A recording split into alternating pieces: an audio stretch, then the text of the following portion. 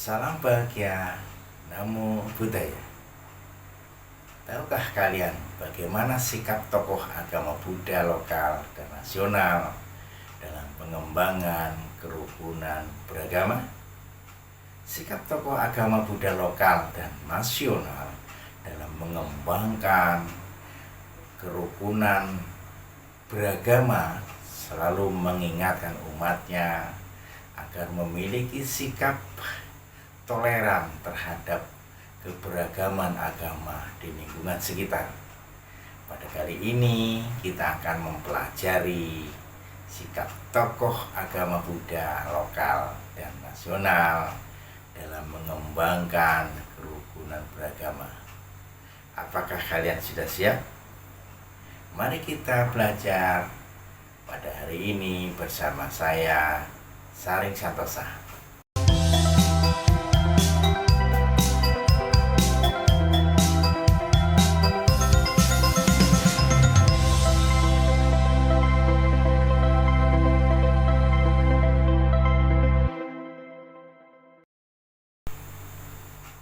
Untuk tokoh Buddhis lokal, marilah kita ikuti wawancara kita pada hari ini bersama tokoh lokal yang senior yang berada di lingkungan sekitar. Ya, kerukunan agama Buddha dengan sekte-sekte yang lain, khususnya ya agama Buddha, ya itu ya cukup baik.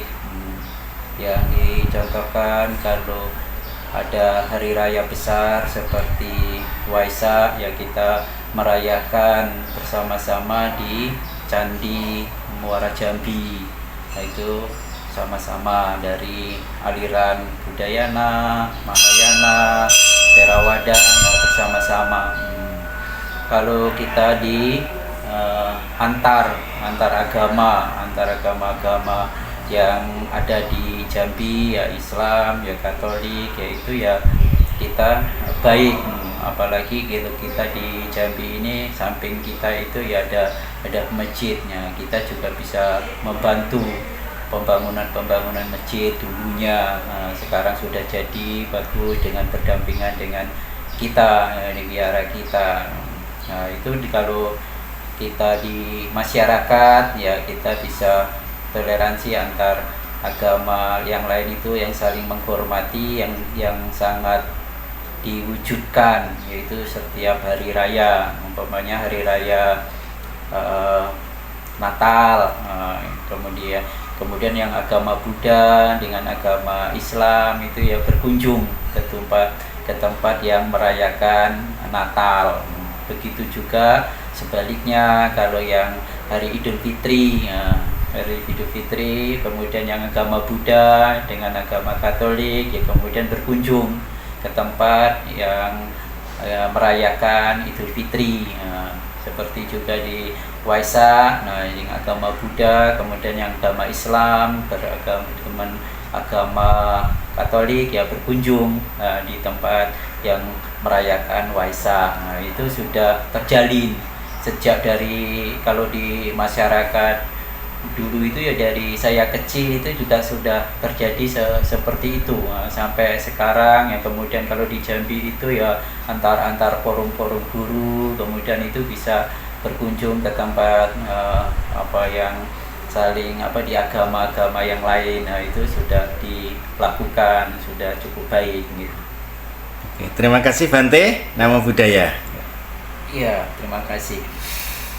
Sikap tokoh Buddhis nasional, misalnya Bante Sri Panyawaru Mahathera. Bante Sri Panyawaru Mahathera adalah seorang bhikkhu senior yang sangat dihormati di Indonesia. Bante Panyawaru dikenal sebagai tokoh yang sangat terbuka dan aktif dalam dialog antar umat beragama. Beliau sering terlibat dalam diskusi dan kegiatan lintas agama untuk mempromosikan pemahaman dan kerjasama Sikap inklusif dan aktif dalam dialog menunjukkan pentingnya komunikasi dan pengertian dalam mengatasi perbedaan agama. Bante Panyawaro dikenal karena pengajarannya yang menekankan pentingnya mengembangkan kebijaksanaan dan welas asih dalam kehidupan sehari-hari. Bante Dhammasubhu Mahatera. Bante Dhammasubhu Mahatera adalah seorang biku atau bante senior yang sangat dihormati di Indonesia.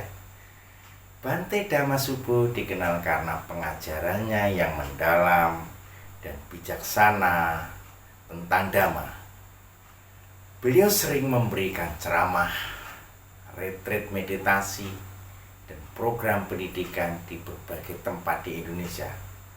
Beliau aktif dalam mendirikan wihara dan pusat meditasi yang menjadi tempat penting bagi umat Buddha untuk belajar dan mempraktikkan ajaran Buddha. Bante Dhammasubhu sangat mendukung pendidikan dan pelatihan bagi pemuda Buddhis untuk memahami nilai-nilai toleransi dan kerukunan. Bante Asin Jinarakita. Beliau adalah salah satu tokoh penting dalam pengembangan Buddhism di Indonesia. Beliau menempuh pendidikan di Indonesia dan kemudian melanjutkan studinya ke luar negeri. Bante Uttamo Mahatera. Bante Uttamo Mahatera adalah seorang biku terkemuka di Indonesia. Biku Uttamo dikenal karena pengajarannya yang mendalam dan mudah dipahami tentang Dhamma. Beliau sering memberikan ceramah, retreat meditasi, dan program pendidikan di berbagai tempat di Indonesia dan luar negeri.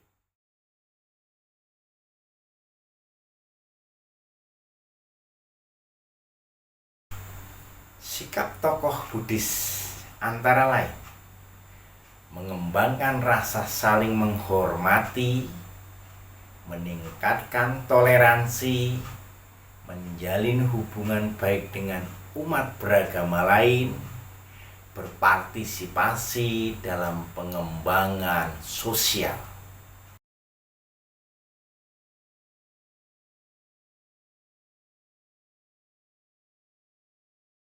Simpulan, tokoh Buddhis Indonesia baik di tingkat lokal maupun nasional telah menunjukkan teladan yang baik dalam upaya mengembangkan kerukunan beragama. Kita dapat meneladani sikap mereka dengan mengembangkan rasa saling menghormati, meningkatkan toleransi, menjalin hubungan baik dengan umat beragama lain, dan berpartisipasi dalam kegiatan sosial. Dengan demikian, kita dapat berkontribusi dalam mengembangkan bangsa yang harmonis. Masyarakat dapat mengambil langkah-langkah konkret untuk memperkuat kerukunan beragama dan menciptakan lingkungan yang damai dan harmonis. Refleksi. Nah, apakah kalian sudah memahami sikap tokoh agama Buddha lokal dan nasional dalam mengembangkan kerukunan beragama? Jika belum, silahkan baca kembali dan tonton ulang videonya. Setelah itu, kerjakan aktivitas latihan dan penilaian. Terima kasih atas segala perhatian dan mohon maaf atas segala kesalahan. Dan saya akhiri dengan Sapisata Bhavantu Sukhitata. Semoga semua makhluk hidup berbahagia. Sadu, sadu, sadu.